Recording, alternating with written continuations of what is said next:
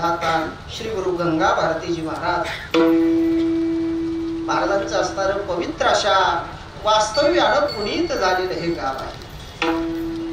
पवित्र झालेलं असणार हे गाव. महाराजांची समाधी या ठिकाणी आहे आणि त्या ठिकाणी सध्या ज्यांचं वास्तव्य आहे असे असणारे परमपूज्य आदरणीय गुरुवर्य श्री हरिहर भारतीजी महाराज आदरणीय बाबा या ठिकाणी कीर्तन श्रवणाकरता असणार उपस्थित आहेत. श्री क्षेत्र तपोवन बरोबर, श्री क्षेत्र तपोवन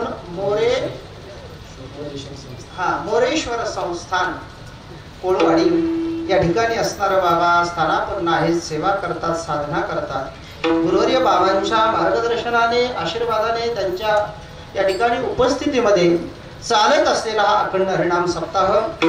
या सप्ताहाचं आयोजन नियोजन करणारी जी मंडळी आहे संपूर्ण ग्रामस्थ मंडळी कोळवाडी सगळ्यांच्या असणाऱ्या सहकार्याने चालत असलेला हा सोहळा आहे. एका माणसाला असणारी एखादी गोष्ट करायची म्हटलं की थोडं जड जातं, पण जर सगळ्यांनी हातभार लावला तर त्याच्यामध्ये असणारा आनंद आहे.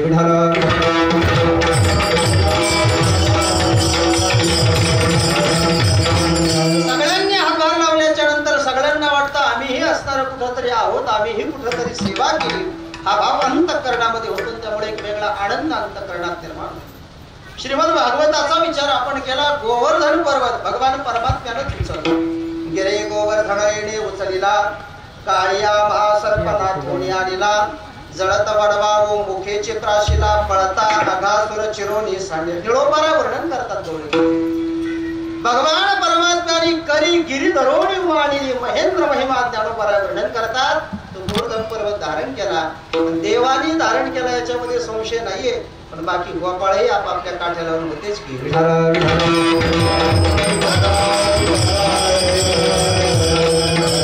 कार्य करणारा भगवान परमात्मा आहे, पण तरीही तुमच्या आमच्या काठ्या निमित्ताला का होईना या ठिकाणी आहेत. खरं पाहता भगवान परमात्मा हे कार्य करून घेतो.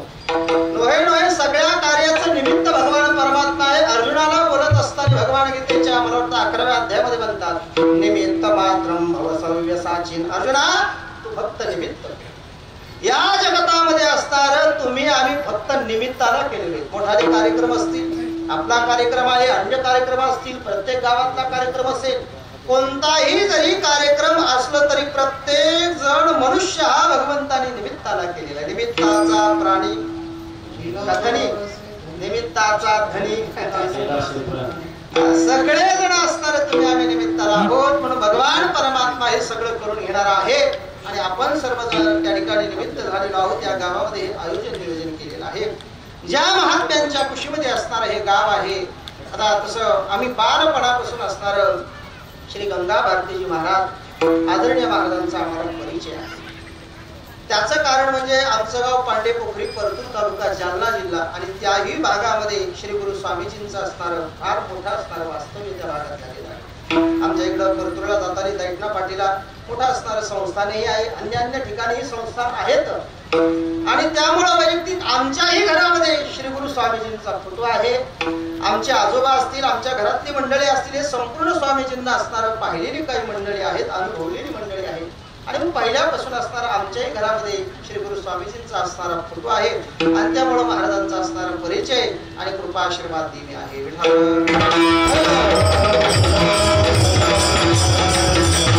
महाराजांचं नाव असणारं त्या ठिकाणी गंगा भारती असं महाराजांचं नाव आहे. महाराजांचं असणारं नावही मोठं गंगी आहे. गंगेप्रमाणे ज्यांची भारती आहे. भारती शब्दाचा अर्थ काय होतो? भारती म्हणजे वाचा, भारती म्हणजे वाणी. गंगेप्रमाणे ज्या महात्म्याची भारती आहे ना वाणी आहे. गंगा कशी आहे? गंगा असणारं पापाला हरण करणारी. गंगा पाप हरण करते की नाही? आपल्या ठिकाणी पाप राहून देते का गंगा? गंगा पाप राहू देत नाही. गंगा पापाचा नाश करते. गंगा पापम. फक्त गंगेचा विचार करा. गंगा काय करते? पापाचं हरण करते. गंगा पुन्हा काय करते? का फेडीत पाप ताप पोखेत तिरीचे पाद का समुद्राजाय आप गंगेचे जैसे ज्ञानोबाराय म्हणतात. संपूर्ण असणाऱ्या लोकांच्या पापात तापाचा नायनाट करणारी गंगा आणि सगळ्यांना असणारं पोषण करणारी गंगा ती जशी समुद्राकडे जाते त्याप्रमाणे संतांचं चरित्र आहे, त्याप्रमाणे आदरणीय श्री स्वामीजींचं चरित्र आहे. ज्यांच्या वाणीच्या माध्यमातून लोकांचा ताप नाहीसा झाला त्यांना असणारं श्री गुरु गंगा भारती महाराज म्हणतात.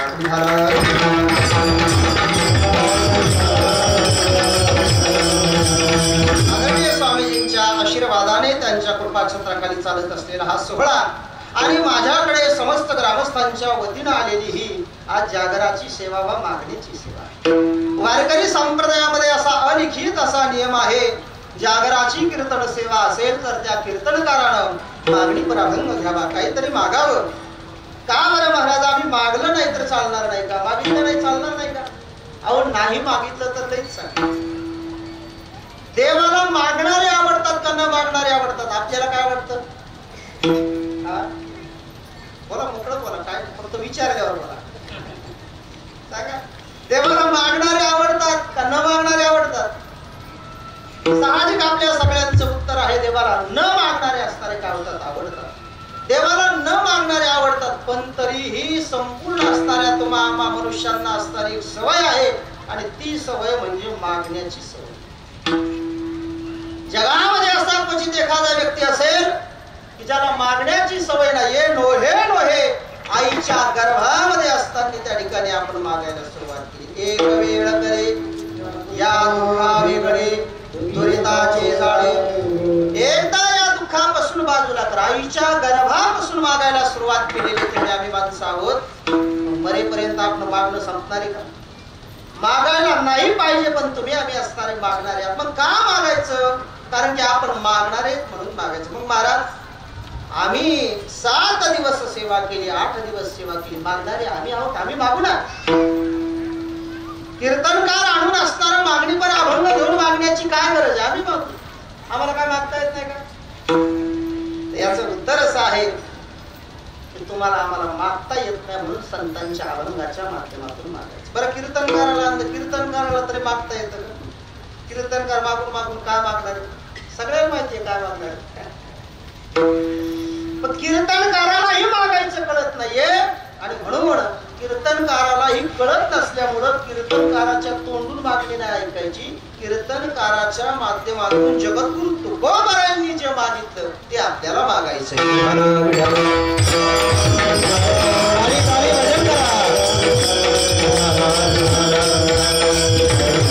जगद्गुरु तुकोबारायांनी संतांनी मागितले ते आपल्याला मागायचे. आजचा अभंग तसा आपण भजनी मालिकेमध्ये पाहिला तर कोणत्या प्रकारात तो वाराचे अभंग आणि त्यामध्ये शनिवार असणारा जो आहे त्या शनिवारच्या प्रकरणामध्ये हा अभंग या ठिकाणी दिलेला आहे. शनिवारच्या अभंगामध्ये हा अभंग दिलेला आहे. अभंग जवळजवळ सगळ्यांच्या परिचयाचा आहे, पाठाचा आहे, बरोबर आहे की नाही? सगळ्यांना जवळजवळ कानपाठ का होईना असणारा अभंग आहे. आणि या अभंगाकरता मला तरी वाटतं कोणत्याही भजनाला वा गावातल्या माणसाला भजनी मालिका घेऊन हा अभंग पाठ करावा लागला असं मला वाटत. मी तरी वैयक्तिक भजनी मालिका घेऊन हा अभंग पाठ केला नाही. भजनाला जाऊ आणि ऐकू सगळ्यांच्या पाठांतरातला अभंग, बरोबर आहे की नाही? असा सर्वांच्या परिचयाचा पाठाचा अभंग आज जगद्गुरु तुकोबारा या अभंगाच्या माध्यमातून मागणी करतात. पण मागायचं म्हटलं की त्याच्यामध्ये असणारं त्या ठिकाणी काय मागवा हाही महत्वाचा विषय आहे. काय मागावं? भगवंताला मागावं आणि भगवंताच्या संबंधी मागावं. ज्याला मागायचं आहे त्याच्याकडे जात असताना काहीतरी लीनता घ्यावी आणि लीनता घेऊन असणारं त्या ठिकाणी मागावं. म्हणून जगद्गुरु तुकोबाराच्या अभंगामध्ये असणारे लीनता घेतात, लीनता प्रतिपादन करतात. शरण शरण जी हनुमंता, आम्ही तुम्हाला शरण आलेलो आहोत. पहिला मुद्दा असा आहे, शरण असणारं त्या ठिकाणी कोणाला जावं? शरण म्हणजे काय? शरण्य कोण कोण आहे? शरण जाण्याकरता योग्य कोण कोण आहे? त्याचा विचार आपण पाहणार आहोत. आपण नेहमी चिंतन ऐकतात शरण कशाला म्हणावं? तया अहंबाच्या चित्तंग देवनिया शरण रे का महोदधिका गंग रिगाले जैशी. ज्ञानोबा म्हणतात कायण वाचन म्हणा असणारे त्या ठिकाणी भगवंताला शरण जावं. पै माझे निभे देवीन आपुले जाणी जे जे एकपण. ज्ञानोबाला वर्णन करतात, मी आणि तो भक्त वेगळा नाही, आम्ही दोन्ही एकच आहोत हे जाणणं म्हणजे याला शरण येणं म्हणायचं.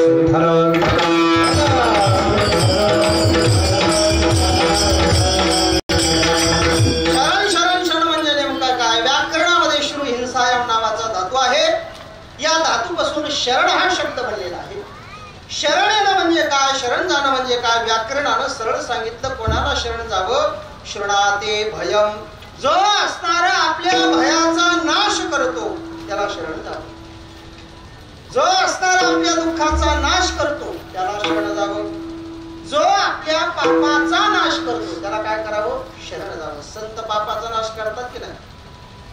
संताला पाहिल्याबरोबर पाप जाते. पाप नाश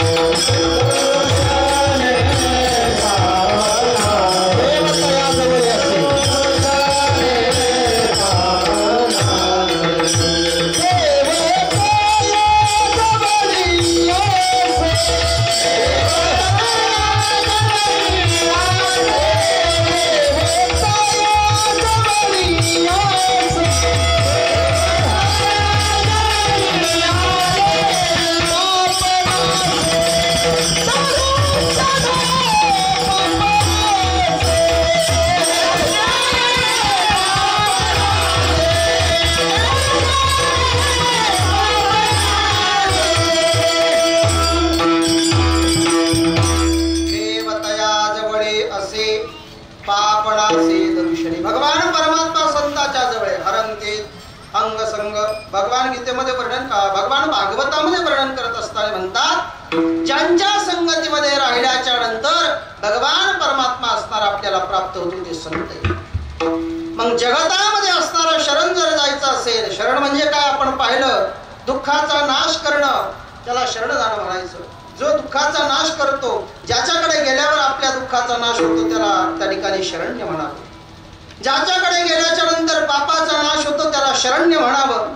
ज्याच्याकडे गेल्याच्या नंतर भयाचा नाश होतो त्याला शरण्य म्हणावं. संताकडे गेल्यावर पापही राहत नाही, संताकडे गेल्यावर भीतीही राहत नाही, आणि संताकडे गेल्याच्या नंतर काय राहत नाही? नोहे नोहे महाराज म्हणतात, तुम्ही म्हणतात तेच प्रमाण. पाप ताप दैन्य जाय उठा उठे झालिया भेटे हरिदासाची. जगद्गुरु तुकोबरायांचं हे प्रमाण. आणि संस्कृत सुभाषित पापं ताका गंगा पापम शशितापम दैन्यम कल्पतरुस्तता पापं तापंच दैन्यंच घडन्ति संतो महापुरुषाः.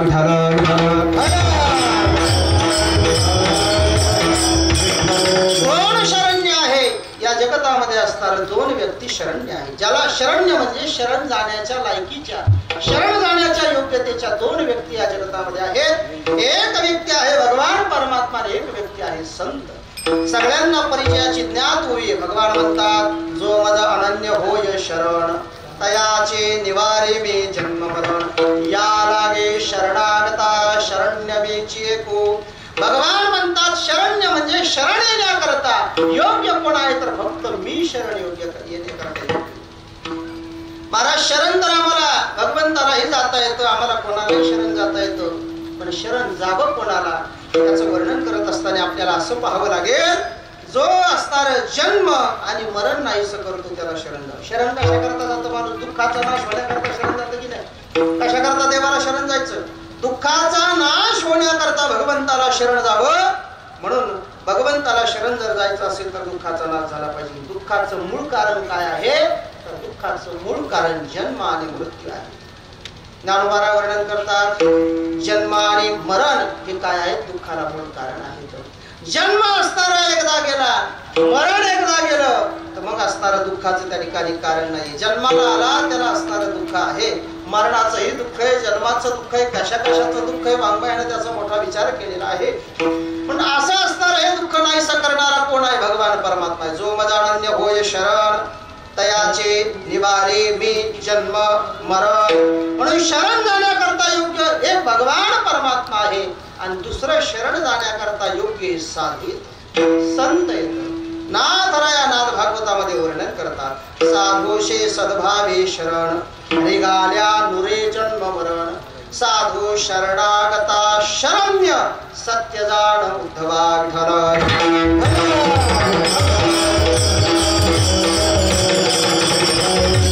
कोण शरण्य आहे? देव शरण्य आहे आणि एक साधू शरण्य. साधू हा शरणागताला शरण देणार. साधू साधू साधू म्हणजे नेमकं काय? साधू शब्दाचा अर्थ काय? साधनोते परम कार्य. ज्यानं असणारं परम कार्य साधून घेतलेलं आहे. परम कार्य म्हणजे काय? आपण जर कधी विचारसागर ऐकला असेल, कधी श्रवणात जर आपल्या गेला असेल, तर परम प्रयोजन आणि अवांतर प्रयोजन दोन प्रकार पहिले असणाऱ्या तरंगामध्ये विषयाला. मी काय वेदांताचा विषय वाढवणार नाही, मला भक्ती या विषयावरच बोलायचं. पण ओघाणार म्हणून सांगतो, साधू कोणाला म्हणावं? परम प्रयोजन आणि अवांतर प्रयोजन दोन प्रयोजनाचा विचार सागराच्या प्रथम तरंगामध्ये केलेला आहे. अवांतर प्रयोजन हे ज्ञान आहे आणि परम प्रयोजन हे मोक्ष आहे आणि त्या मोक्षाला जो प्राप्त झालेला आहे त्याला साधू म्हणावं.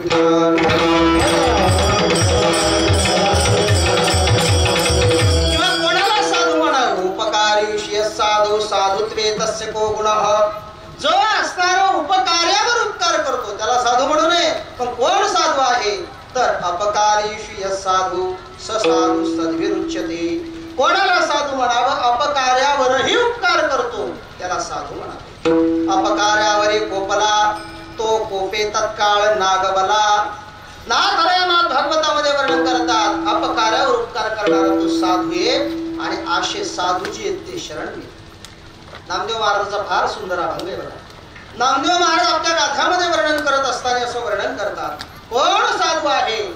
सर्वाभूते पाहे एक वासुदेव कुसोनिया ठाव अहंतेचा तोची संत साधू ओळखावानिका येरते आईका.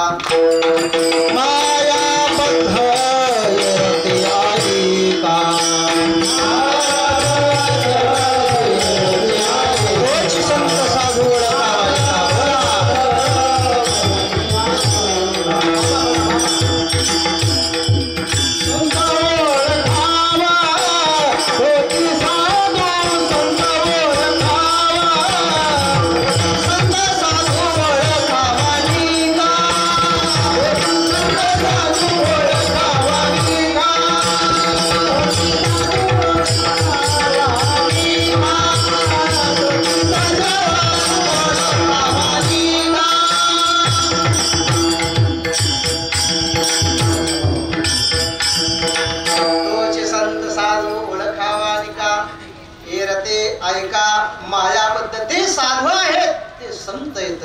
ज्यांना सर्व ठिकाणी भगवंताचं काय आहे? दर्शन आहे. विष्णू माया जग विष्णुमाचा धर्म.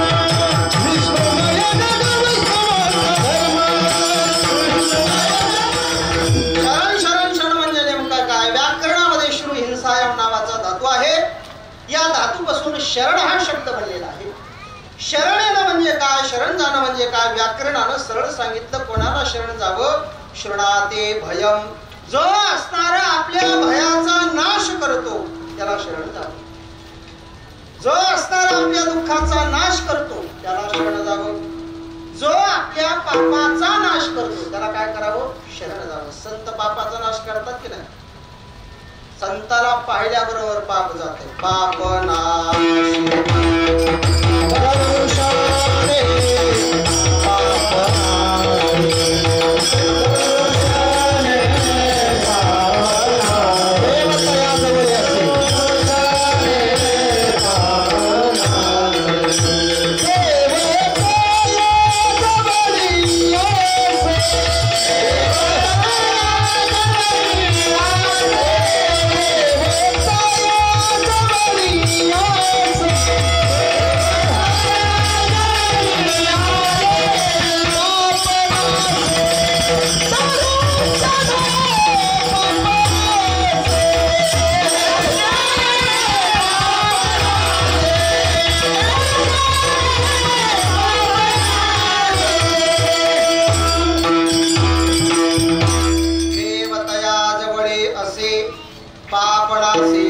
भगवान परमात्मा संतांच्या जवळ हरंते अंग संग. भगवान गीतेमध्ये वर्णन, भगवान भागवतामध्ये वर्णन करत असताना म्हणतात, ज्यांच्या संगतीमध्ये राहिल्याच्या नंतर भगवान परमात्मा असणार आपल्याला प्राप्त होतो ते संत. मग जगतामध्ये असणारं शरण जर जायचं असेल, शरण म्हणजे काय आपण पाहिलं, दुःखाचा नाश करणं, त्याला शरण जाणं म्हणायचं. जो दुःखाचा नाश करतो, ज्याच्याकडे गेल्यावर आपल्या दुःखाचा नाश होतो, त्याला त्या ठिकाणी शरण्य म्हणावं. ज्याच्याकडे गेल्याच्या नंतर पापाचा नाश होतो, त्याला शरण्य म्हणावं. ज्याच्याकडे गेल्याच्या नंतर भयाचा नाश होतो, त्याला शरण्य म्हणावं. संताकडे गेल्यावर पापही राहत नाही, संताकडे गेल्यावर भीतीही राहत नाही, आणि संताकडे गेल्याच्या नंतर काय राहत नाही. नोहे नोहे महाराज म्हणतात, तुम्ही म्हणतात तेच प्रमाण. पाप ताप दैन्य जाय उठा उठे झालिया भेटे हरिदासाची. जगद्गुरु तुकोबरायांचं हे प्रमाण. आणि संस्कृत सुभाषित पापंता काय, गंगा पापम शशितापम दैन्यम कल्पतरुस्तता पापं तापंच दैन्यंच घडन्ति संतो महापुरुषाः.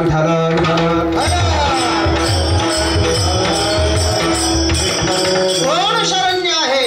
या जगतामध्ये असणारे दोन व्यक्ती शरण्य आहे. ज्याला शरण्य म्हणजे शरण जाण्याच्या लायकीच्या, शरण जाण्याच्या योग्यतेच्या दोन व्यक्ती या जगतामध्ये आहेत. एक व्यक्ती आहे भगवान परमात्मा, एक व्यक्ती आहे संत. सगळ्यांना परिचयाची ज्ञात होई. भगवान म्हणतात, जो मद अनन्य होय शरण तयाचे निवारे मे जन्म मरण. या लागे शरणागता शरण्य मेची एको.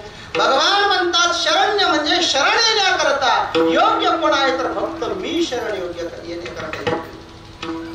महाराज शरण तर आम्हाला भगवंतालाही जाता येतं, आम्हाला कोणालाही शरण जाता येतं, पण शरण जावं कोणाला याचं वर्णन करत असताना आपल्याला असं पाहावं लागेल, जो असणार जन्म आणि मरण नाहीसं करतो त्याला शरण जावं. शरण कशा करता जातं माणूस? दुःखाचा नाश होण्याकरता शरण जातं की नाही? कशा करता देवाला शरण जायचं? दुःखाचा नाश होण्याकरता भगवंताला शरण जावं. म्हणून भगवंताला शरण जर जायचं असेल तर दुःखाचा नाश झाला पाहिजे. दुःखाचं मूळ कारण काय आहे? तर दुःखाचं मूळ कारण जन्म आणि मृत्यू आहे. ज्ञानोबा वर्णन करतात, जन्म आणि मरण हे काय आहे? दुःखाला मूळ कारण आहे. जन्म असणारा एकदा गेला, मरण एकदा गेलं, तर मग असणारं दुःखाचं त्या ठिकाणी कारण नाही. जन्माला आला त्याला असणारं दुःख आहे, मरणाचंही दुःख आहे, जन्माचं दुःख आहे, कशा कशाचं दुःख आहे. वाङ्मयाने त्याचा मोठा विचार केलेला आहे. पण असं असणार हे दुःख नाहीसं करणारा कोण आहे? भगवान परमात्मा. जो मदानन्य होय शरण तयाचे निवारे मी जन्म मरण. म्हणून शरण जाण्याकरता योग्य एक भगवान परमात्मा आहे, आणि दुसरं शरण जाण्याकरता योग्य साधू संत येत. नाथराया नाथ भागवतामध्ये वर्णन करतात, साधूशे सद्भावे शरण निघाल्या नुरे जन्म मरण. साधू शरणागता शरण्य सत्य जाण उद्धवा विठ्ठल.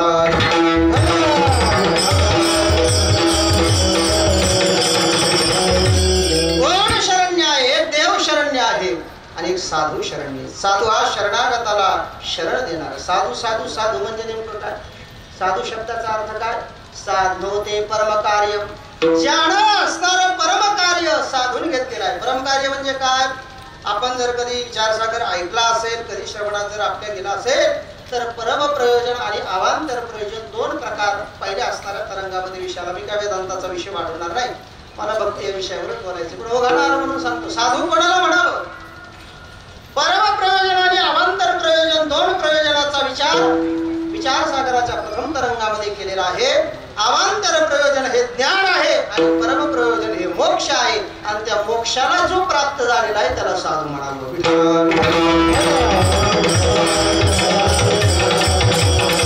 किंवा कोणाला साधू म्हणावं? उपकारी साधू साधुत्वे तस्य को गुणः. जो असणारा उपकार्यावर उपकार करतो त्याला साधू म्हणू नये. पण कोण साधू आहे? तर अपकारीषु साधू ससाधू सद्भिरुच्यते. कोणाला साधू म्हणावं? अपकार्यावरही उपकार करतो त्याला साधू म्हणावं. अपकार्यावरी कोपला तो कोपे तत्काळ नागबला. नाथराया नाथ भागवतामध्ये वर्णन करतात, अपकार्यावर उपकार करणारा तो साधू आहे, आणि असे साधूचे ते शरण्य. नामदेव महाराजांचा फार सुंदर अभंग आहे बघा. नामदेव महाराज आपल्या गाथामध्ये वर्णन करत असताना असं वर्णन करतात, कोण साधू आहे? सर्वा भूते पाहे एक वासुदेव पुसोनिया ठाव अहं तेचा तोची संत साधू ओळखावानिका येरते आईका. माया बद्ध येरते आईका.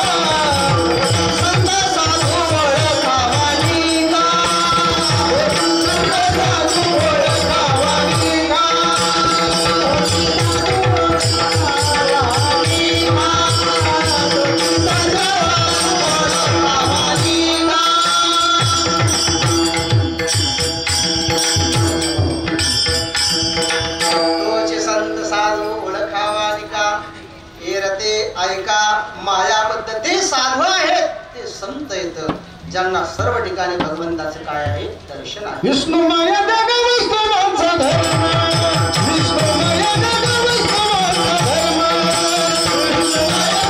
हार घालण्याकरता दिला, पण त्यांनी त्याच्यामध्ये रामाचा शोध घेतला की हनुमंतरायाचं व्यापीपणे विढालं.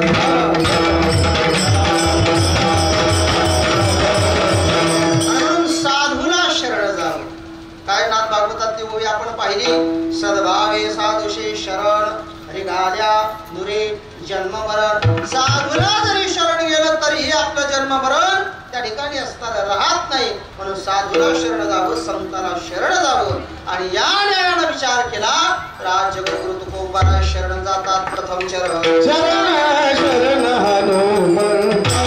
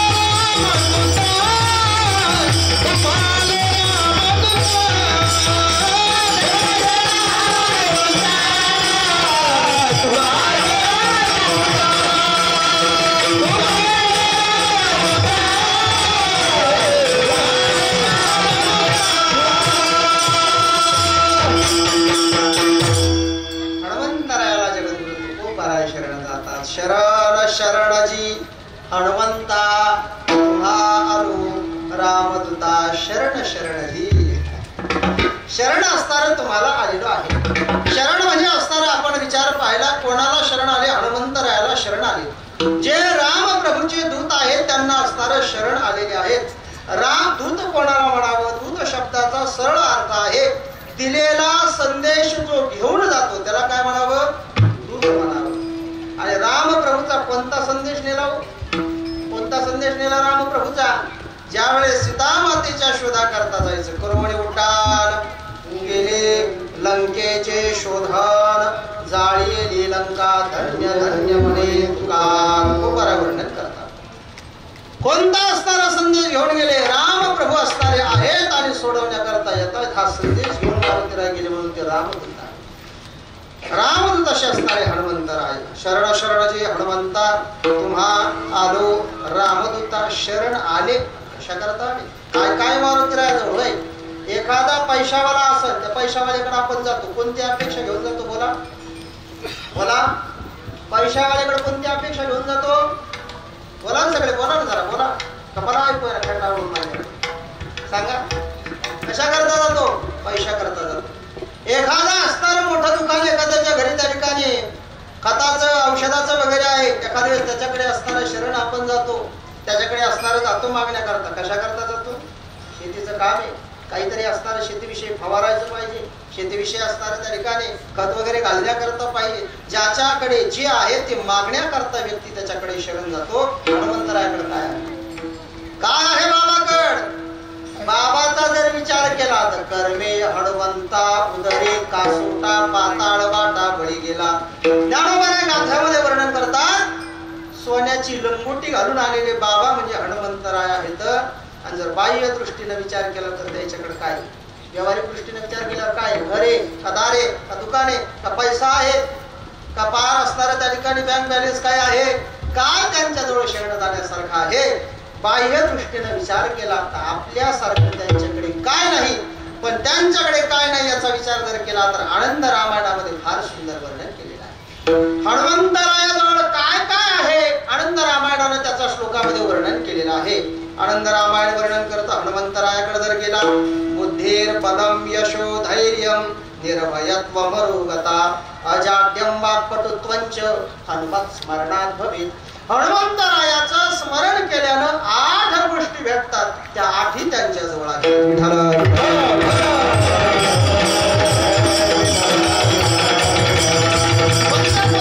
गोष्टी आहेत. बुद्धी. हनुमंतरायाकडे गेल्याच्या नंतर आपल्याला काय भेटतं? आपण मारुतीरायाच्या दर्शनाला जाता की नाही रोज गावामध्ये? हनुमंतरायाच्या दर्शनाला जाता की नाही? हनुमंतरायाच्या दर्शनाला जात जावा, दर्शन घेत जावा.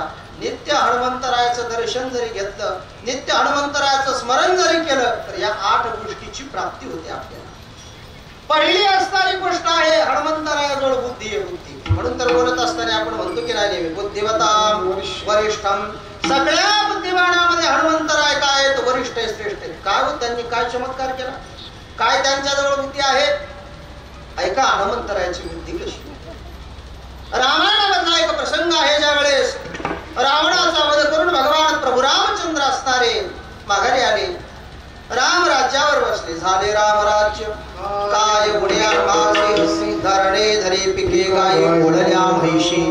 राम वेळोवेळा आम्ही गाभोवी दळिता कांडिता जीविता. राम प्रभू राज्यावर बसलेले. एक दिवस सीता माता आणि राम प्रभू बोलत बसले होते. राम प्रभूनं नेहमी सीता मातेला सांगायचं, मारुती नसला नसता तर तू मला गौसली, तू मला सापडली. कोणाचे उपकार आहेत? ऐसा मारुती उपकारी तुका लोळे चरणावर. शोध लावून दिला आणि शोध लावून देण्याचं असणारं त्या ठिकाणी कार्य हनुमंतरायाने केलेले. त्यांच्या पराक्रमामुळे आज मला तुझी प्राप्ती झाली. नंतर काही खरं नव्हतं. जर हनुमंतराय नसले नसते तर कदाचित मला तुझी प्राप्ती झाली नसते. सीता माता म्हणल्या रोज रोज उठलं की हनुमानाचं गुणगान गाता, रोज उठलं की हनुमंतरायाचं गुणगान गाता. एवढं काय केलं त्यांनी? केलं तरी काय नेमकं एवढं? काय त्यांच्या ठिकाणी बुद्धिमानी आहे? माझ्यावर उपकार केला मला मान्य आहे, माझा शोध केला मला मान्य आहे, पण नेमकं त्यांच्याजवळ बुद्धिमानी काय? त्यांच्या बुद्धीचं वर्णन तुम्ही मला सांगताय? काय बुद्धिमानी केली हनुमंतरायाने? ऐक म्हणले स्थिती. रावणानं ज्यावेळेस युद्ध चालू होतं, युद्धामध्ये हरायचे ज्यावेळेस रावणाला संकेत भेटू लागले, त्यावेळेस रावणानं असणारा विचार केला, चांगले ब्राह्मण बोलावले आणि चांगले ब्राह्मण बोलून रावणानं असणारा एक यज्ञ केला. त्या यज्ञाचं नाव आहे चंडी यज्ञ. कोणता यज्ञ केला? चंडी यज्ञ. चंडी हे माता भगवतीचा अवतार आहे. जयंती मंगला काली भद्रकाली कपालिनी दुर्गा क्षमा शिवा धात्री स्वाहा स्वधा नमोस्तुते. श्रीमद्देवी भागवत. भगवती माता चंडिका आहे. त्या चंडिका देवीला असणाऱ्या त्या ठिकाणी मंत्राचा जप ब्राह्मणाच्या माध्यमातून केला आणि पुन्हा यज्ञ केला. त्या यज्ञामध्ये आहुत्या द्यायच्या. देवीचा यज्ञ करायचा म्हटलं की प्राधान्याने ज्या ग्रंथाचं पठण केलं जातं त्या ग्रंथाचं नाव आहे दुर्गा सप्तशती. त्या सप्तशतीमध्ये अर्गला नावाचं एक स्तोत्र आहे आणि त्या अर्गला नावाच्या स्तोत्रामधला 2ऱ्या क्रमांकाचा श्लोक आहे. त्या श्लोकाचं वर्णन आहे, जयत्वम चंडिके देवी जय भूतार्ती हारिले जय सर्वगते देवी कालरात्री नमोस्तुते. माता भगवती कालरात्री गाढवावर बसलेली आहे. भयंकर स्वरूप धारण केलेली देवी आहे आणि त्या देवीचं अनुष्ठान रावणानं असणारं ब्राह्मणांच्या माध्यमातून लंकेमध्ये सुरू केलं. देवीचं अनुष्ठान सुरू झालं की हनुमंतरायाला कसतरी व्हायला लागलं. का कसतरी व्हायला लागलं? जर यांना माता भगवती प्रसन्न झाली तर हे पुन्हा कोणाला ऐकणार? करावं काय? हनुमंतराय विचार करतात, काय करावं काय करावं. शेवटी हनुमंतरायानं ब्राह्मणाचं रूप धारण केलं आणि ब्राह्मणाचं रूप धारण करून जिथं यज्ञ चालू होता त्या ठिकाणी हनुमंतराय गेले आणि गेल्याच्या नंतर हात जोडली त्यांची सेवा करायला. सेवा करायला लागल्यावर सेवा करणारा माणूस कोणाला नको वाटतो का? सेवा करणारा माणूस नको वाटतं का? जो सेवा करतो तो नको वाटत नाही वाटतं. अजून 2-4 अशी असावं.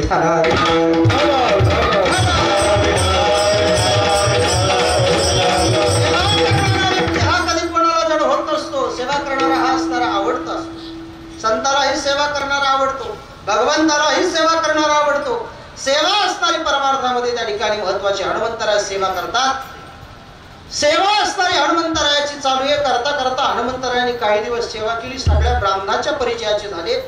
पाय धुवायला पाणी म्हटलं की पाणी आणून द्यायचं, प्यायला पाणी म्हटलं की आणून द्यायचं, फराळाची फळं खायची म्हटलं की आणून द्यायचं. हनुमंतरायानं सगळी सेवा केली आणि एक दिवस सेवेनं प्रसन्न होऊन त्या ब्राह्मणाने हनुमंतरायांना विचारलं, तुम्हाला काय मागायचं तर मागा. हनुमंतराय म्हटले, मला काहीच मागायचं नाही, काय गरज नाही मागण्याची, मला काय कमी आहे, माझ्याकडे राम प्रभू आहे, ज्याच्याकडे भगवान परमात्मा आहे, आप्त काम असा भगवान परमात्मा, पूर्ण काम असा भगवान परमात्मा आहे, त्या संतांजवळ त्या महात्म्याजवळ कशाची कमी राहणार आहे.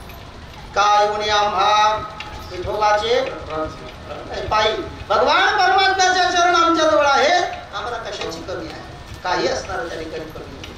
हा विचार केला. हनुमंतराय म्हणतात, मला काही नाही पाहिजे. तरीही ब्राह्मणांनी हट्ट धरला मागा काहीतरी. आणि त्यावेळेस हनुमंतराय म्हणतात, काही नाही, माझं एवढंच एक मागणं आहे, तुम्ही ज्या मंत्रानं यज्ञामध्ये असताना स्वाहा म्हणून आहुत्या टाकतात त्या मंत्रातलं एकच अक्षर बदला.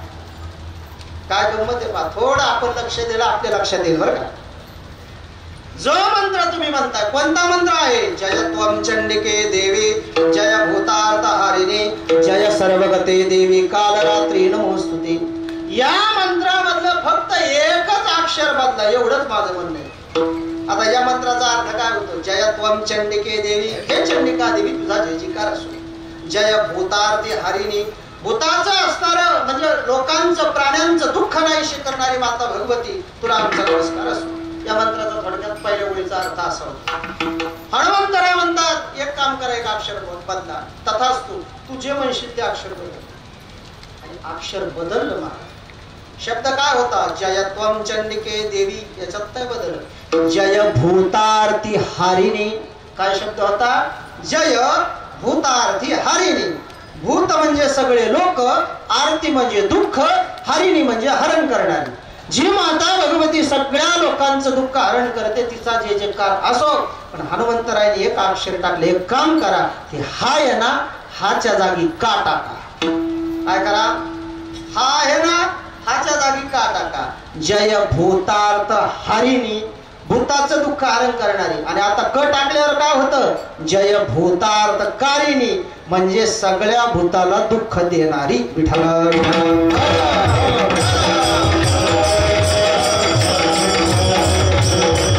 पहिल्या श्लोकाचा अर्थ होता भूताचं दुःख नाहीसं करणारी, आणि फक्त क टाकलं तर अर्थ बदलला, भूताला दुःख देणारी. एवढं हनुमंतरायाला व्याकरण, नव व्याकरण वेत्ता हनुमंतराय होते, नव व्याकरण त्यांना येत होते. एवढी बुद्धिवाणी हनुमंतरायाची आहे. म्हणून बुद्धिमता वरिष्ठ हनुमंतराय बुद्धिवाणी, त्यांच्याजवळ बुद्धी आहे. बुद्धीर बलम, हनुमंतरायाजवळ असणारं बल आहे. मोठे बलवान असे हनुमंतराय आहे. किती बलवान आहे? काम बांधवडी,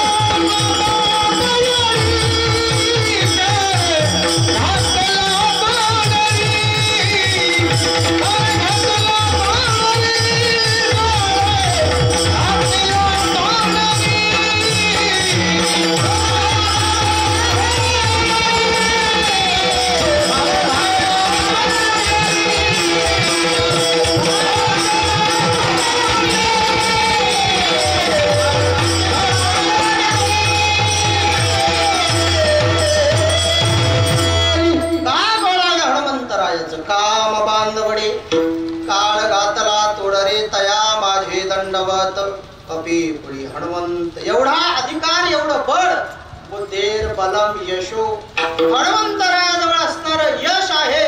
म्हणून तर निळोपाराय वर्णन बोलत असताना, वर्णन करत असताना निळोपाराय आपल्या गाथ्यामध्ये वर्णन करतात. यशे थोरविला मारुती, यश हनुमंतरायाजवळ आहे. आणि म्हणून जिथं जिथं हनुमंतराय गेले तिथं अपयश आलं का? अपयश आलंच नाही, तिथं यशच आलं. कशावर? का ध्वजस्तंभावरी बांधून मूर्तिमंत शंकरू, सारथी शारंग धरू अर्जुनेशी. त्या अर्जुनाच्या रथावर हनुमंतराय उभे राहिले, बसलेले आहेत. आणि त्यामुळे परिणाम असा झाला की त्या अर्जुनाचा विजय झाला, यश प्राप्त झालं. हे कशाचा परिणाम आहे? हनुमंतरायाचा परिणाम. तसे त्याला कारण वेगवेगळे आहेत. यत्र योगेश्वर कृष्ण, यत्र पार्थो धनुर्धर, हे कारण आहेत. हनुमंतरा आहेत तिथं यश. बुद्धीर बलम यशो धैर्यम. हनुमंतराय धीरवान आहेत म्हणून शुरा आणि धीर पुढे वर्णन आहे का नाही? निर्भयत्वम अरोगता. हनुमंतरायाची भक्ती जर आपण केली तर आपल्याला भीती वाटत नाही. समर्थ रामदास स्वामी भीमरूपी स्तोत्रामध्ये वर्णन करत असताना वर्णन करतात, भूत प्रेत संबंधादे रोग व्याधी समस्तही नासते तुटते चिंता आनंदे भीम दर्शने. किंवा असणार गोस्वामी तुळशीदासजी वर्णन करतात, भूत पिशाच निकट नाही यावे, महावीर जप नाम सुनावे, नासे रोग हरे सब पेरा, जपत निरंतर हनुमत वीरा.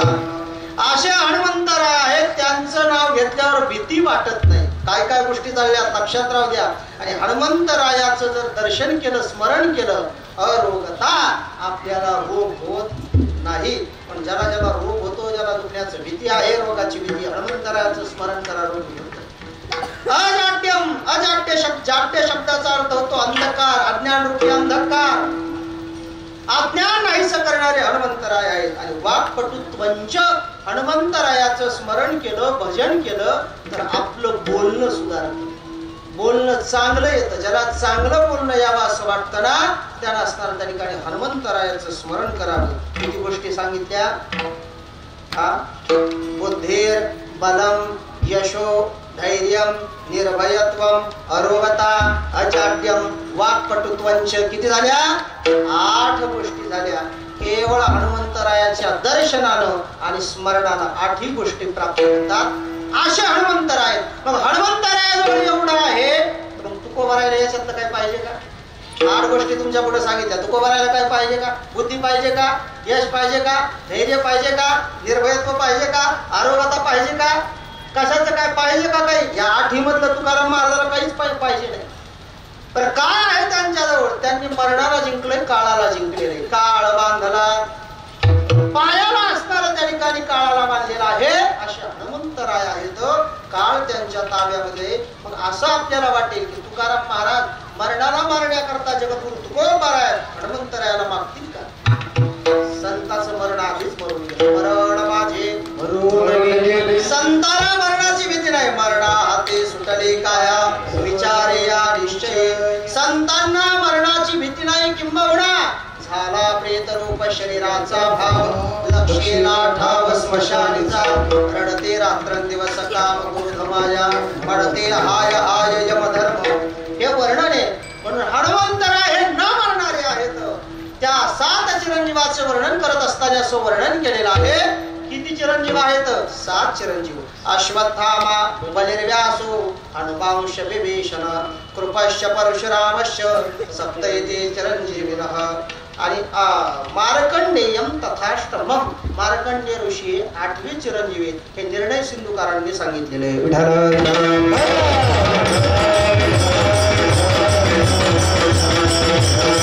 चिरंजीवाचं वर्णन केलेलं आहे. हनुमंतराय चिरंजीव येतो. अशा हनुमंतरायाजवळ काय तुकाराम महाराज असणार? काय मागतात? मरण न येणं मागतात का? बुद्धी मागतात का? काही मागत नाही. नेमकं मागतात का? अभंगाचं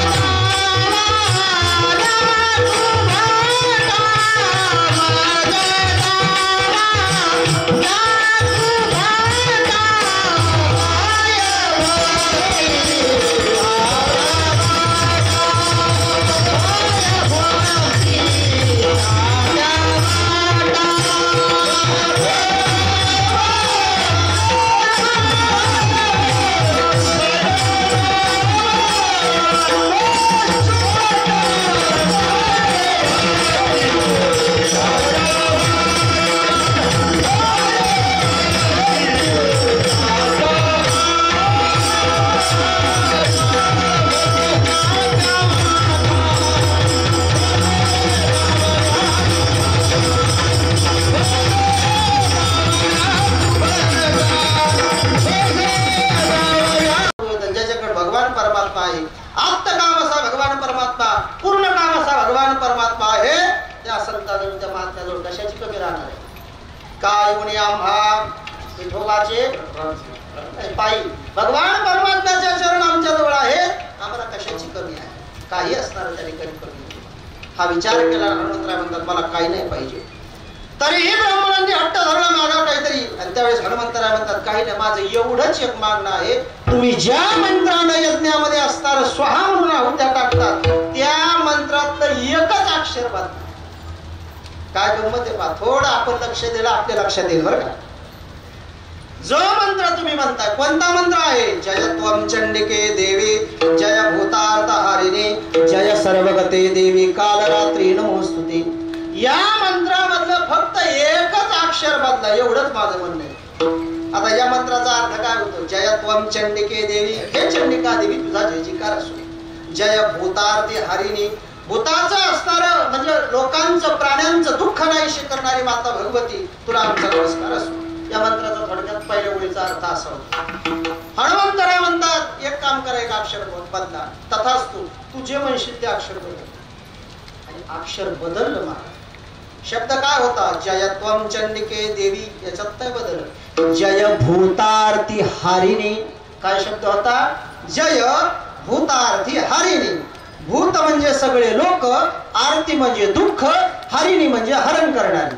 जी माता भगवती सगळ्या लोकांचं दुःख हरण करते तिचा जे जयकार असो. पण हनुमंतरायने एक अक्षर टाकले. एक काम करा, की हा आहे ना, हाच्या जागी का टाका. काय करा? हा आहे ना, हाच्या जागी का टाका. जय भूतार्थ हरिणी, भूताचं दुःख हरण करणारी. आणि आता क टाकल्यावर काय होतं? जय भूतार्थ कारिणी, म्हणजे सगळ्या भूताला दुःख देणारी. विठ्ठल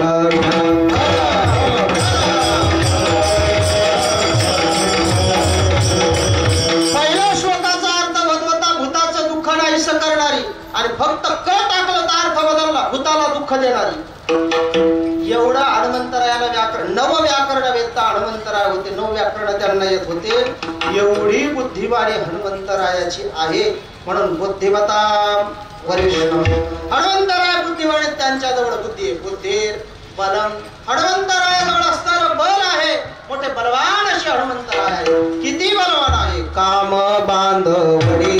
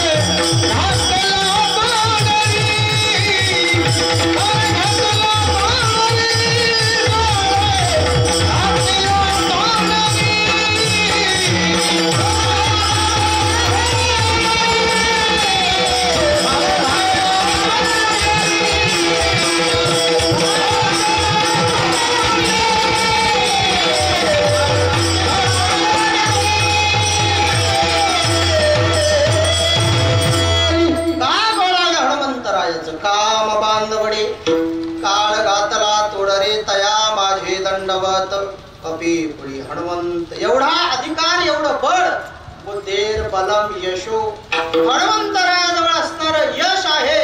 म्हणून तर निळोपाराय वर्णन बोलत असताना, वर्णन करत असताना निळोपाराय आपल्या गाथ्यामध्ये वर्णन करतात. यशे थोरविला मारुती, यश हनुमंतरायाजवळ आहे. आणि म्हणून जिथं जिथं हनुमंतराय गेले तिथं अपयश आलं का? अपयश आलंच नाही, तिथं यशच आलं. कशावर? का ध्वजस्तंभावरी वानरू मूर्तिमंत शंकरू सारथी शारंग धरू अर्जुनेशी. त्या अर्जुनाच्या रथावर हनुमंतराय उभे राहिले, बसलेले आहेत. आणि त्यामुळे परिणाम असा झाला की त्या अर्जुनाचा विजय झाला, यश प्राप्त झालं. महाराज, हे कशाचा परिणाम आहे? हनुमंतरायाचा परिणाम. तसे त्याला कारण वेगवेगळे आहेत. यत्र योगेश्वर कृष्ण, यत्र पार्थो धर्मोधर, हेही कारण आहेत. हनुमंतराय आहेत तिथं यश. बुद्धीर बलम यशो धैर्यम, हनुमंतराय धीरवान आहेत. म्हणून शुरा आणि धीर पुढे वर्णन आहे का नाही? निर्भयत्वम अरोगता, हनुमंतरायाची भक्ती जर आपण केली तर आपल्याला भीती वाटत नाही.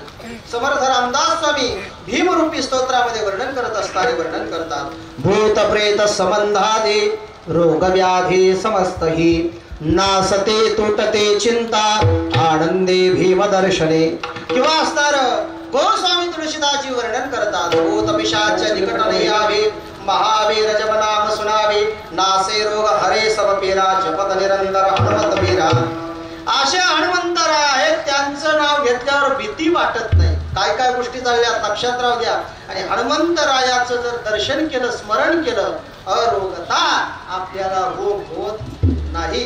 पण ज्याला ज्याला रोग होतो, ज्याला दुखण्याची भीती आहे, रोगाची भीती, हनुमंतरायाचं स्मरण करा, रोग होत. अजाट्यम, अजाट्य शब्द, जाट्य शब्दाचा अर्थ होतो अंधकार, अज्ञान रूपी अंधकार.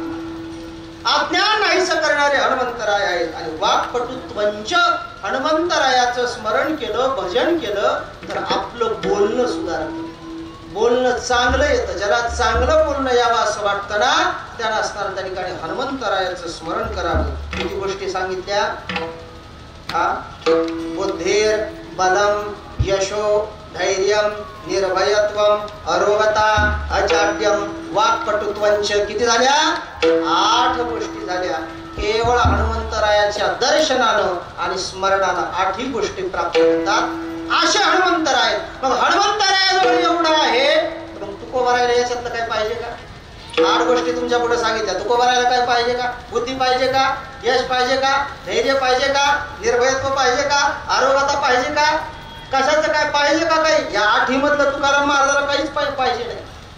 पण काय आहे त्यांच्याजवळ? त्यांनी मरणाला जिंकले, काळाला जिंकले नाही. काळ बांधला, पायाला असणारा त्या ठिकाणी काळाला बांधलेला आहे.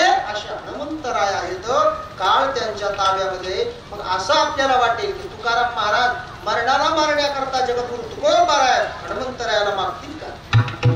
संताचं मरण आधीच मरून गेलं. मरण माझे मरून गेले, संताला मरणाची भीती नाही. मरणा हाते सुटले काया विचारे या निश्चय. संतांना मरणाची भीती नाही. किंबहुना झाला प्रेत रूप शरीराचा भाव लक्षेला ठाव स्मशानीचा.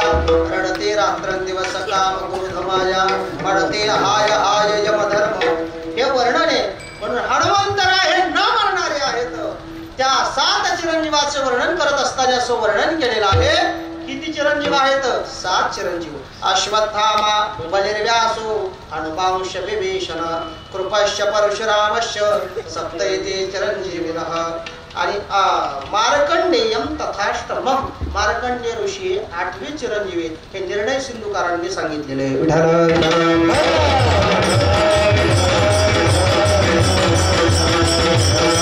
चिरंजीवाचं वर्णन केलेलं आहे. हनुमंतराय चिरंजीव येतं. अशा हनुमंतरायाजवळ काय तुकाराम महाराज असणार? काय मागतात? मरण नयन मागतात का?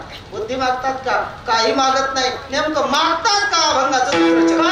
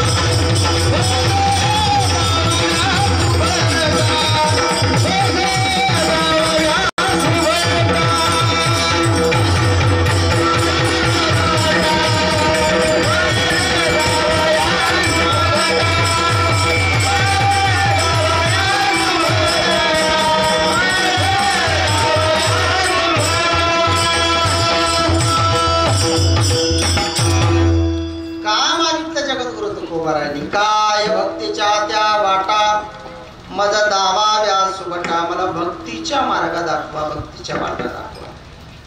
काय आहे भक्ती? भक्ती म्हणजे नेमकं काय? भक्ती कशाला म्हणावं? कथादिशोती अनुराग, गर्गाचार्य वर्णन करतात.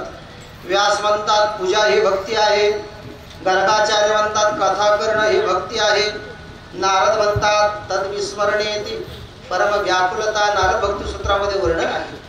देवाची असताना त्या ठिकाणी देवाचा विसर झाला, फार व्याकुळ वाटणं ही भक्ती आहे. भक्तीच्या अनेक व्याख्या आहेत. भगवत पूज्यपाद जगद्गुरु श्री शंकराचार्य विवेक चूडामणी ग्रंथामध्ये भक्तीची व्याख्या करतात. मोक्ष कारण सामग्र्याम भक्तिरेव गरीयसे स्वस्वरूपानुसंधानं भक्तिरित्य विधीयते. आचार्य वर्णन करतात कोणती भक्ती आहे? सगळ्यात मोक्षाला कारण असणारे अनेक साधने, त्याच्यात भक्ती मोठी आहे. भक्ती भक्ती म्हणजे नेमकं काय? स्वस्वरूपानुसंधान भक्तिरित्य विधीयते, त्याला भक्ती म्हणावं. स्वतःच्या आत्मस्वरूपाचा विचार करणं, चिंतन करणं, त्याची प्राप्ती करणं ही भक्ती आहे.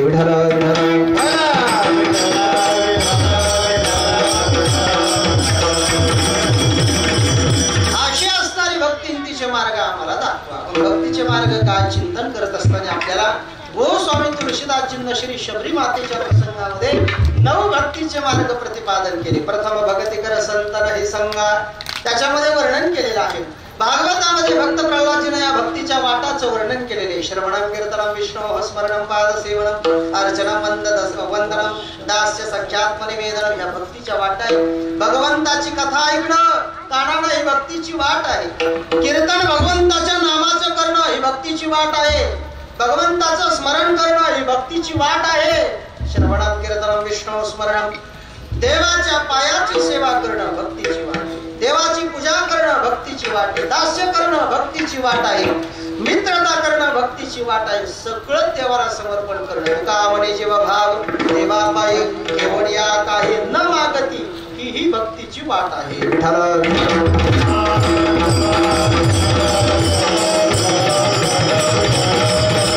या 9 वाटा भक्तीच्या सांगितल्याने एका भक्तीचा जर विचार केला ना, या 9च्या 9 भक्ती हनुमंतरायाच्या ठिकाणी, 9च्या 9 भक्ती हनुमंतरायाच्या असणाऱ्या ठिकाणी आहेत.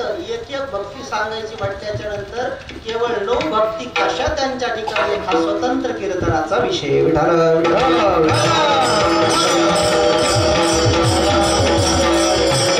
भक्तीच्या त्या वाटा, भगवंताची प्राप्ती कशी करावी, काय मार्ग आहेत, काय वाटा आहेत. तुम्ही देवाला आपलंसं केलं, देव ऋणाईत केला.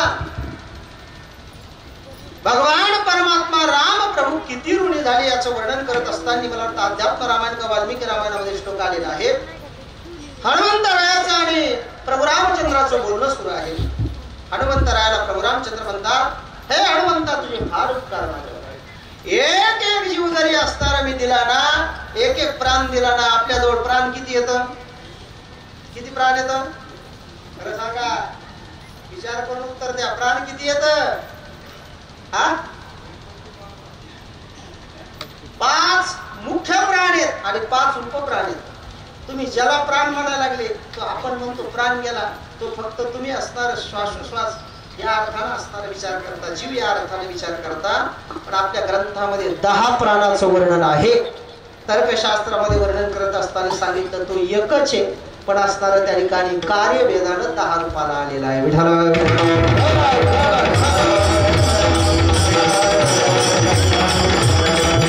मुख्य असणारे 5 प्राण आहेत. व्यान, अपान, उदान, समान आणि प्राण, हे 5 प्राण आपल्या ठिकाणी आहेत. व्यानाचं काय कार्य, प्राणाचं काय कार्य, हे सगळं सांगत बसत नाहीये. हे 5 प्राण माझे आहेत. एका उपकाराला 1 प्राण दिला तर बाकीच्या उपकाराला मी काय देणार? एकैकस्य उपकारस्य प्राणां दास्यामि ते कपे शेषाणां उपकाराणां भवाम ऋणिनो वय. हे हनुमंता, 5 उपकाराला 5 प्राण दिल्यावर बाकीच्या उपकाराला मी तुझा ऋणी राहतो.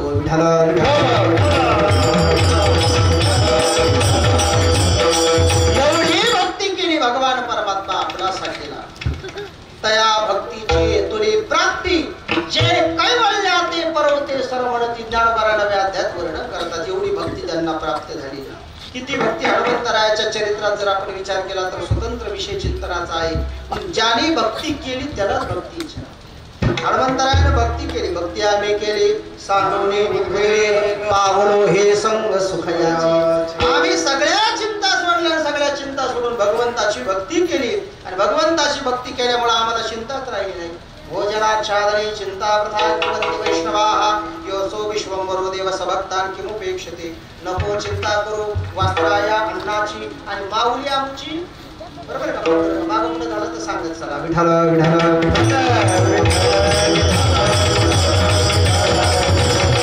अशी असणारी भक्ती हनुमंतरायाने केलेली. किती भक्ती केली.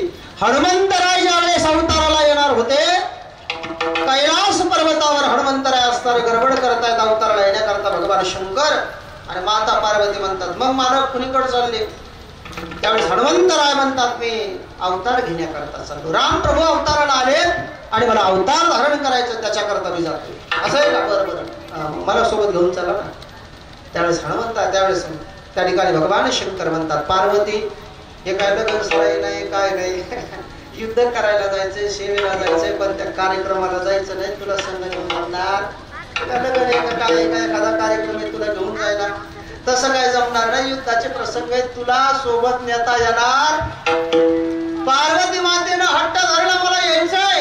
हनुमंतरायाने त्यावेळेस भगवान शंकराने सांगितलं जमणार नाही, मला तिथं खायचं प्यायचं झोपायचं याच्याकरता नाही जायचं, मला भक्ती करायला जायचं. मग भक्ती करायला जायचं तर जावा, माझी काय अडचण आहे. त्यावेळेस भगवान शंकर म्हणतात तुझी अडचण आहे, कारण ज्याला लेकर बाळ पत्नी आहे त्याला भक्ती करायचं म्हटलं की जरा मी सांगत नाही अनुभवी माणसं सांगतात. ज्याचं ज्याचं लग्न झालं मी तर माझ्या पद्धतीचं सांगत नाही, तिचं ऐकत नाही. नाथ हरया वर्णन करत असताना नाथ भागवतात वर्णन करतात. स्त्री हाती धरिता देख वाढे प्रपंचाचे दुःख, ग्रह पाहिजे आवश्यक भोगार्थ देखत येच्या. पत्नी म्हटलं की असणार काय आहे दुःख. कसं दुःख आहे? पहिलं म्हणजे असणार संसार करायचं म्हटलं की घर लागत करायचं. आणि सध्याच्या काळामध्ये महाराज लग्न म्हणलं की पहिलं घर बांधावं लागायचं.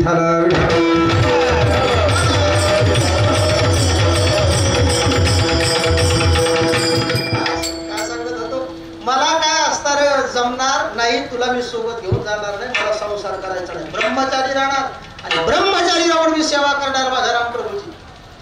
त्यावेळेस पार्वती माता म्हणतात न्यास असं वर्णन केलेलं आहे. हनुमंतरायाने नाही म्हटल्या संसार करायचा नाही म्हटल्या तरी हनुमंतरायाच्या सोबत असणार भगवान शंकराच्या सोबत पार्वती माता निघाल्या.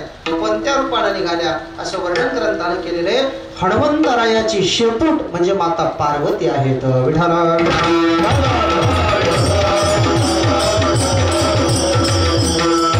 ज्यांनी घराचा त्याग केला दाराचा त्याग केला असं कुठं तुम्ही वाचतं का? हनुमंतरायाने रामायणात इथं इथं घर बांधलं म्हणून वाचलं का? इथं इथं संसार थाटला वाचलं का? कथानकामध्ये आपल्याला मकर ध्वजाची इत्यादी कथा पाहायला भेटते, तो भाग निराळा आहे. हे आपल्याला दिसत नाही, हे त्यांच्या भक्तीचं लक्षण आहे. भगवंताच्या सेवेकरता त्यांनी असणारं सगळं सोडलं. तुम्ही म्हणता भक्ती सेवा याचा काय संबंध आहे? भजयते शावय धातू सेवाया परिकृतितः. व्याकरण म्हणतं भज नावाचा धातू भज धातू पासून भक्ती शब्द बनला आणि त्या धातूचा अर्थ होतो सेवा. भक्ती म्हणजे सेवा, सेवा म्हणजे भक्ती. म्हणून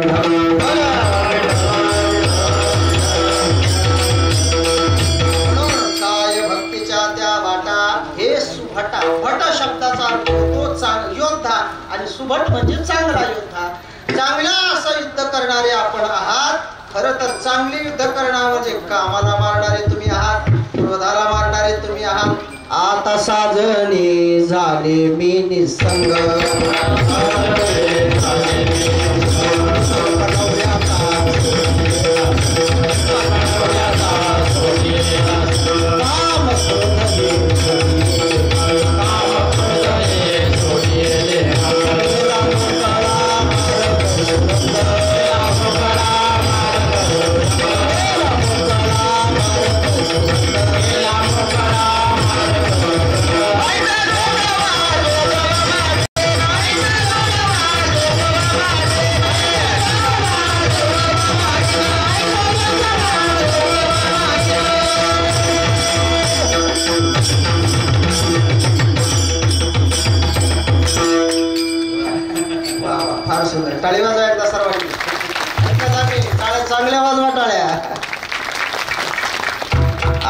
साजणी झाले विनिसंग विकल्प नवऱ्याचा सोडियला संग काम क्रोध हे झोडियले मग या काम क्रोधाला मारलं म्हणून हनुमंतराय हे सुभट आहेत महाराज काय अकाय भक्तीच्या त्या वाटामध्ये दाबाव्या सुभटा पुन्हा कसे शूर आणि धीर स्वामी काजे तू सादर शूर आहात धीर आहात स्वामी कार्य करण्याकरता सादर शब्द महत्वाचा आहे बरं का सादर शब्दामध्ये दोन असणारे शब्द आहेत स आणि आदर त्याच्यामध्ये आपल्याला प्रकार करता येतात ऐका काही लोक काम करतात पण आदराने करतात का ओळख करायचं म्हणून करायचं त्याला सादर म्हणता येत नाही सांगितलेलं प्रत्येक काम प्रेमानं आवडीनं करणं त्याला म्हणायचं सादर म्हणून स्वामी काजी तू सादर स्वामीचं कार्य करण्याकरता तुम्ही आदरानं तत्पर आहात नोहे आपल्या गुणाचं वर्णन काय करावं आपण साक्षात रुद्र आहात शेवट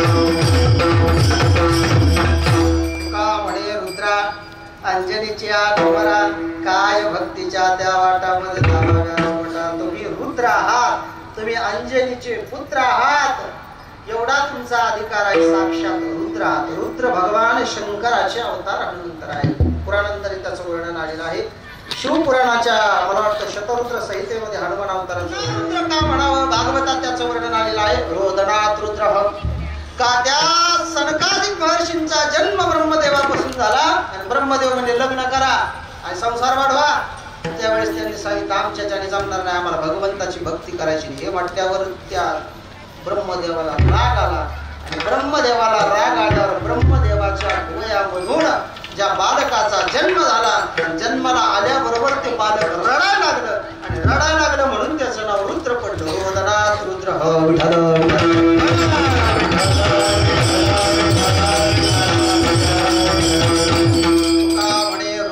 तुम्ही रुद्र म्हणजे भगवान शंकर आहात आणि अंजनीचे कुमार म्हणून तुम्ही जन्माला आलात आमचं एवढंच तुम्हाला मागणं आहे काय भक्ते चाक्या मारुतीराया आम्ही संसारिक माणसं आहोत आम्हाला तुम्हाला नमस्कार करणं तुमचं नाव घेणं याच्या पलीकडे आमच्याकडून तुमची कोणतीही भक्ती होत नाही कोणतीही सेवा होत नाही माझ्यावर कृपा करा आणि कृपा करून मला भक्तीच्या वाटा दाखवा ही प्रार्थना हनुमंतरायाला करा आणि नक्की हनुमंतरायानं तुम उपकार सुग्रीव एकिन्ना राम विलाय राजपद दिन्ना तुमरो मंत्र विभीषणाना लंकेश्वर भय समजगजाना विभीषणाला मार्ग तुम्ही दाखवला सुग्रीवाला मार्ग तुम्ही दाखवला आता आम्हालाही मार्ग दाखवा भावार्थ रामायणामध्ये नाथराया वर्णन करतात सगळे वानर हनुमंताच्या जवळ जमा होतात. हनुमंतरांना हात जोडतात आणि म्हणतात, जन्म मृत्यूच्या आवर्ती बुडत होतो गा मारुती, तुवा लावणी राम भक्ती वानर पंक्ती उद्धरिल्या. तसंच जसं सगळ्या वानरांचा उद्धार केला ना, आमच्यावर कृपा करा, आमची उद्धार करा, एवढी मागणी हनुमंतरायाला करू. सेवेला पूर्णविराम. ज्ञानेश्वर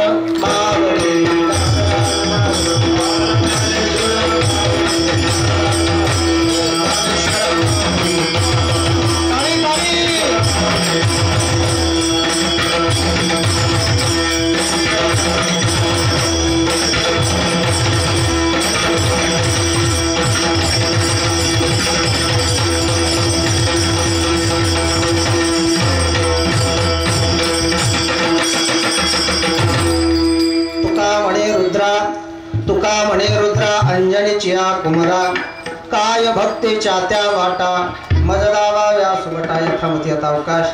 धावत्या वेगामध्ये जो काही वेळ असणारा पत्रामध्ये पडला, त्या वेळेमध्ये सद्गुरूंच्या कृपेने परमपूज्य आदरणीय प्रातस्मरणीय गुरुवेन नामदेवजी बाबा ढवळेचे पूज्य श्री गुरु श्री परमपूज्य श्री गुरु श्री गंगा भारतीजी महाराजांच्या चरणी सेवा समर्पण. आदरणीय श्री गुरुवरे बाबांच्या चरणी सेवा समर्पण. बसलेले महेश स्वरूप श्रोते सर्वांच्या चरणी सेवा समर्पण. सेवेला उपस्थित असलेले दोन असणार इंद्रोवादीन मृदंग, भागवताने वर्णन केलं का नाही, वादवणारे असणारे सुंदर असं ज्यांचं वादन. महाराजांचा परिचय, महाराजांचं नाव काय सांगा, नाव सांगा. योगेशजी महाराज. आदरणीय श्री योगेशजी महाराज जेव्हा बसण्यावर आले होते म्हणजे महाराज किती मध्ये नाव आहे म्हणून आदरणीय श्री योगेशजी महाराज तेही मृदंग वादना करत आहेत. रोहनजी महाराज त्यांनी सुंदर असं मृदंग वादन केलं. पेटीवाल्या बाबांनी सुरुवातीला सूर धरले, पुन्हा माझ्याकडे पाहून कॅन्सल केलं वाटतं. पेटीही असणारा त्या ठिकाणी सुरुवातीला सहकार्य केलं. गायनाचार्य मंडळीपैकी विलासजी महाराज आहेत, पुन्हा बाळू महाराज आहेत, तसेच असणारे तुळशीरामजी महाराज आहेत, नारायणजी महाराज आहेत. आमच्यासोबत जे आलेले आमचे नारायणजी महाराज, आमचे असणारे राजेशजी महाराज यवतमाळकर. आम्ही गुरुवारी स्वामीजीकडे शिकायला सोबत होतो. आणि हे दोघं आता श्री मनसुळनाथ बाबा गड आहे ना आपल्या इथं पाठीमागं, तर त्या गडावर सध्या महात्मा आहे. आपल्या गावामध्ये मोरेश्वर संसर्ग बरोबर ना, कोणवाडी ज्यांची आहे, सुंदर अशी माई सिस्टीम त्यांनी उत्तम प्रकारे या ठिकाणी सिस्टीम लावली आणि सुंदर अशा प्रकारे आपल्यापर्यंत आवाज पोहोचला. तुम्हीही संपूर्ण भाविक मंडळी, आमचे बालगोपाळ मंडळी सगळ्यांच्या चरणी सेवा समर्पण. आणि याच ठिकाणी माझ्या सेवेला पूर्णविराम.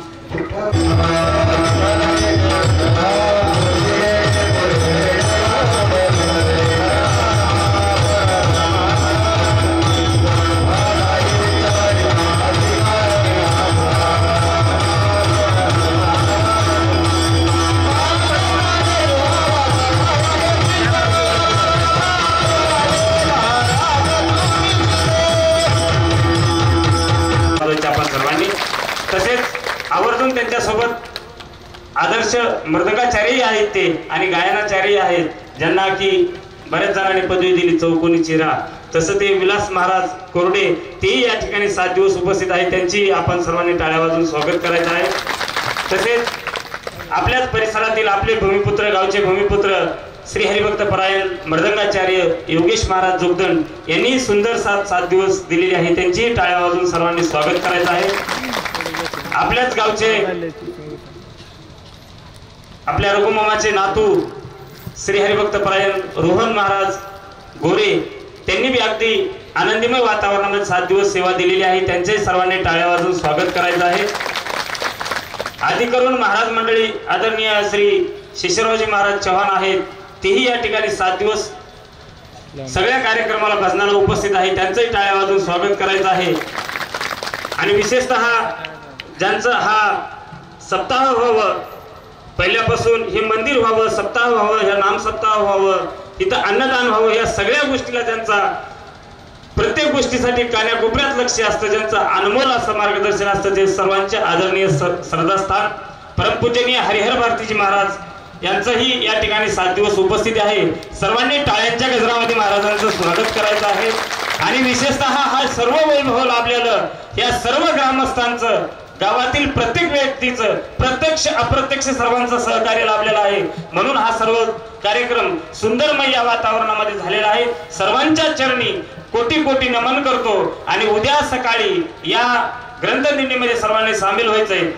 मृदंगाचार्य आणि विशेषतः गायनाचार्य सर्वांना तुम्हाला सूचना आहे, कारण की आपल्याला ग्रंथदिंडी वेळेमध्ये काढायची आहे. महाराजांचं आगमन वेळेमध्ये होणार आहे आणि उद्या सुंदर असं निवेदन गावकऱ्यांनी काल्याच्या पंक्तीचं केलेलं आहे. आणि या कार्यक्रमाकरिता गुप्तदान म्हणून उद्याच्याला 111 बॉक्स पाण्याचे या ठिकाणी उपलब्ध आहेत आपल्या सर्वांच्या सेवेसाठी. तर उद्या हा कार्यक्रम सर्व गावकऱ्यांनी मिळून तरुण मंडळींनी मिळून हा सुंदर प्रकारे याचं नियोजन करायचंय ही सर्वांना आपणाला नम्रतेची.